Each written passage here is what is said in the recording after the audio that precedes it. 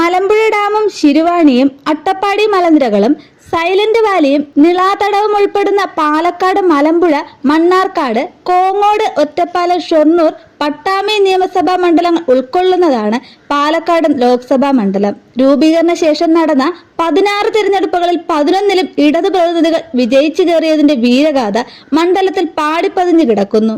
1991 വരെ നടന്ന 5 തിരഞ്ഞെടുപ്പുകളിൽ 4ലും പിന്നെ കഴിഞ്ഞ തവണത്തെ VK ശ്രീകണ്ഠനിലും ഒതുങ്ങുകയാണ് UDFന്റെ നേട്ടക്കണക്ക്. മണ്ഡലപരിധിയിൽ വരുന്ന 7 നിയമസഭാ മണ്ഡലങ്ങളിൽ 2ഇടത്ത് മാത്രമേ UDF പ്രതിനിധിയുള്ളൂ. 2014 മണ്ണാർക്കാടും പാലക്കാടും ഒഴികെ ബാക്കി 5 നിയമസഭാ മണ്ഡലങ്ങളിലും MP രാജേഷിനായിരുന്നു ലീഡ്.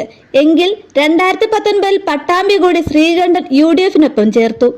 2021 മെയ്യിൽ നടന്ന നിയമസഭാ തെരഞ്ഞെടുപ്പിൽ മണ്ണാർക്കാട്, പാലക്കാട് ഒഴിച്ച് ബാക്കിയുള്ളവ ഇടതുപക്ഷം നിലനിർത്തുകയായിരുന്നു.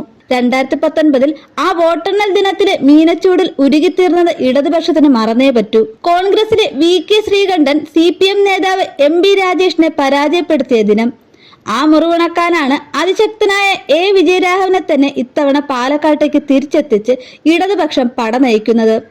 പാലക്കാട് UDFന്റെ കുത്തക മണ്ഡലമാക്കിയ VS വിജയരാഘവൻ എന്ന കോൺഗ്രസ് നേതാവിനെ 1989 ലോക്സഭാ തെരഞ്ഞെടുപ്പിൽ തറ പറ്റിച്ച് അത്ഭുതം സൃഷ്ടിച്ച വിജയരാഘവൻ രാഷ്ട്രീയത്തിന്റെ അടിത്തടവുകളെല്ലാം പഠിച്ച നേതാവാണ്. അതേസമയം കഴിഞ്ഞ ലോക്സഭാ തെരഞ്ഞെടുപ്പിലെ വിജയം ഒരു ഓളത്തിന് സംഭവിച്ചതല്ലെന്ന് UDF സ്ഥാനാർത്ഥി VK ശ്രീകണ്ഠനും തെളിയിച്ചേ തീരൂ.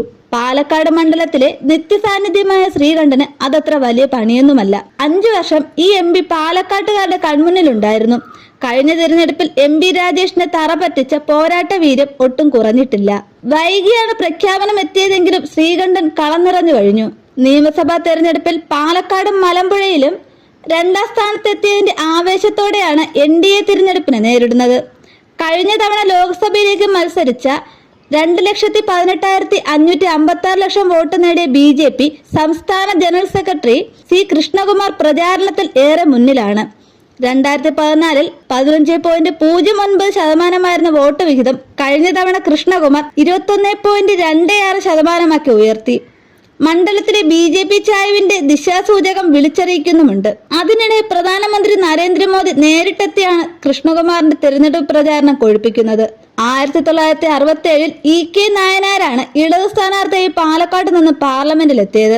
ഏറെ രാഷ്ട്രീയ സംഭവ വികാസങ്ങൾക്ക് ശേഷം നടന്ന 1971 തെരഞ്ഞെടുപ്പിൽ AKG പാലക്കാട് നിന്നും ജയിച്ചു കയറി. 1977 പാലക്കാട് കോട്ട A സുന്ന സാഹിബിലൂടെ കോൺഗ്രസ് കൈയടക്കി. 1980 CPMലെ T ശിവദാസ മേനോനെ പരാജയപ്പെടുത്തി VS വിജയരാഘവൻ മണ്ഡലത്തിൽ കോൺഗ്രസ് സാന്നിധ്യമായി സ്ഥാനമുറപ്പിച്ചു. അടുത്ത തിരഞ്ഞെടുപ്പിലും വിജയരാഘവൻ വിജയം നിലനിർത്തി. എന്നാൽ 1989 കടുത്ത മത്സരത്തിൽ ഇപ്പോഴത്തെ LDF സ്ഥാനാർത്ഥി A വിജയരാഘവൻ അദ്ദേഹത്തെ അട്ടിമറിച്ചു. 1826 വോട്ടുകൾക്കായിരുന്നു ജയം. SFI അഖിലേന്ത്യാ പ്രസിഡന്റ് ആയിരിക്കെയാണ് വിജയരാഘവൻ സ്ഥാനാർത്ഥിയായത്. 1971 വിജയിച്ച AKGക്ക് ശേഷം പാലക്കാട് ലോക്സഭാ മണ്ഡലം തിരിച്ചുപിടിച്ച വ്യക്തിയെന്ന ഖ്യാതിയും അത്തവണത്തെ വിജയത്തിനുണ്ടായിരുന്നു. 1991 മടങ്ങിയെത്തി VS വിജയരാഘവൻ സീറ്റ് തിരിച്ചുപിടിച്ചത് ബാക്കി പത്രം. കോൺഗ്രസിനെയും CPMനെയും ജയിപ്പിച്ച ചരിത്രമുള്ള മണ്ഡലം 1996 മുതൽ ഇടതു കോട്ടയായാണ് അറിയപ്പെടുന്നത്. 2014 UDF സ്ഥാനാർത്ഥി MP വീരേന്ദ്രകുമാറിനെതിരെ 1,05,300 വോട്ടുകളുടെ വിജയം നേടിയ CPMലെ MP രാജേഷിനെ 11,637 വോട്ടുകൾക്ക് ശ്രീകണ്ഠൻ തറ പറ്റിച്ചപ്പോൾ രാഷ്ട്രീയ ലോകം അത്ഭുതപ്പെട്ടു. രാഹുൽ ഗാന്ധിയുടെ വയനാട് സ്ഥാനാർത്ഥിത്വം, മോദിക്കെതിരെ എതിർക്കുന്ന കോൺഗ്രസിനെ ശക്തിപ്പെടുത്തൽ, CPMലെ വിഭാഗീയത എന്നിവ കാരണങ്ങളായി വിശദീകരിക്കപ്പെട്ടു. CPMലെയും CPIയുടെയും വിഭാഗീയത അവസാനിപ്പിച്ച് 10 മടങ്ങ് ശക്തിയോടെയാണ് ഈ തിരഞ്ഞെടുപ്പിനെ ഇടതുപക്ഷം നേരിടുന്നത്. പാലക്കാടും മണ്ണാർക്കാടും ഒഴികെയുള്ള നിയമസഭാ മണ്ഡലങ്ങളെല്ലാം വലിയ ഭൂരിപക്ഷത്തിലാണ് ജയിച്ചതെന്നത് ഇടതുപക്ഷത്തിന് ആത്മവിശ്വാസം വർദ്ധിപ്പിക്കുന്നു. 2014 പാലക്കാട് മണ്ഡലത്തിൽ 45.35% വോട്ട് നേടിയിരുന്ന ഇടതുമുന്നണിക്ക് കഴിഞ്ഞ തവണ 37.7% വോട്ട് വിഹിതം. 2019 3,99,274 വോട്ട് VK ശ്രീകണ്ഠന് ലഭിച്ചപ്പോൾ 3,87,637 വോട്ട് MP രാജേഷും 2,18,556 വോട്ട് BJPയുടെ C കൃഷ്ണദാസും കരസ്ഥമാക്കി.